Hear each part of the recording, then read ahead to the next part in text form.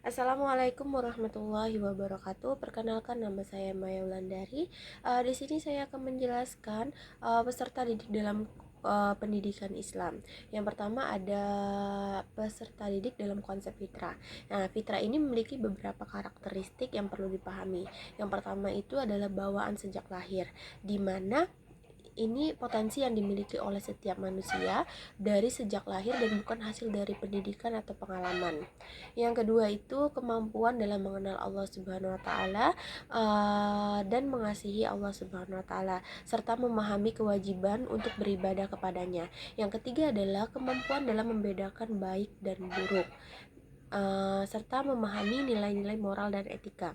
Yang keempat adalah potensi yang dapat dikembangkan melalui pendidikan dan pengalaman hidup yang positif. Nah, konsep fitrah sendiri itu memiliki beberapa implikasi dalam pendidikan. Yang pertama adalah pendidikan yang berpusat pada peserta didik dapat membantu mengembangkan potensi fitrah dalam diri mereka.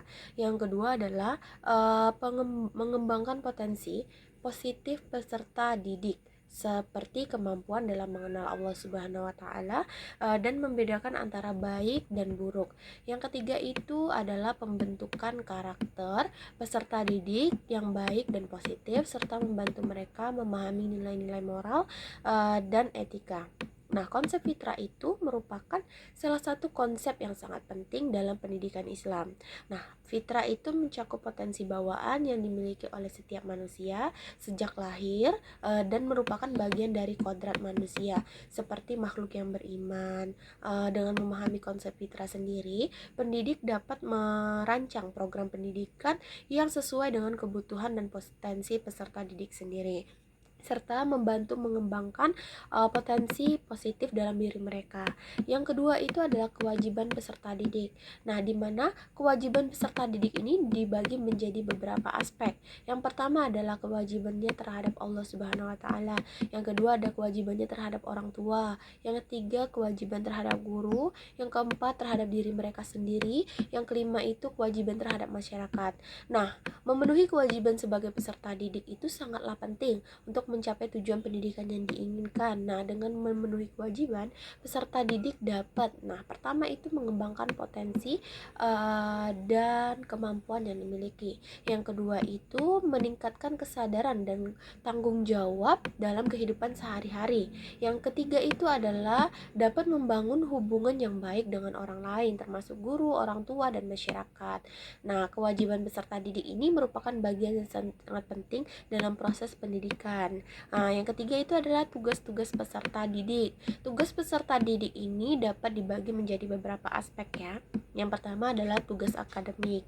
Nah, tugas akademik peserta didik ini biasanya meliputi menyelesaikan materi pelajaran dan memahami materi pelajaran yang diberikan oleh guru. Yang kedua adalah menyelesaikan tugas-tugas akademik yang diberikan oleh guru seperti PR, kuis, dan ujian. Yang ketiga adalah mengikuti proses pembelajaran dengan baik dan aktif dalam berpartisipasi. Yang kedua itu adalah tugas spiritual. Nah, tugas spiritual ini meliputi adalah mengembangkan kesadaran spiritual dan meningkatkan iman serta takwa kepada Allah Subhanahu wa taala. Yang kedua itu adalah melakukan ibadah. Yang ketiga itu adalah mengembangkan akhlak yang baik. Kemudian yang ketiga adalah tugas sosial. Nah, tugas sosial ini meliputi peserta didik itu harus memahami dan mematuhi norma-norma sosial yang berlaku dalam masyarakat.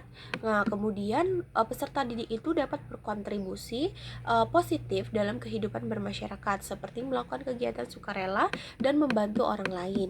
Yang ketiga itu adalah peserta didik itu dapat mengembangkan hubungan yang baik dengan orang lain, guru, teman, dan masyarakat.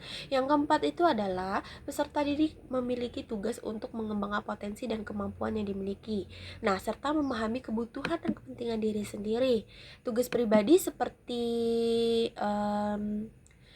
mengembangkan potensi dan kemampuan. Yang kedua adalah memahami kebutuhan dan kepentingan diri sendiri. Yang ketiga adalah mengembangkan kemandirian dalam peserta didik dengan tidak bergantung pada orang lain dan melakukan kegiatan sehari-hari. Oke, itulah materi dari saya. Semoga materi yang saya sampaikan itu bermanfaat.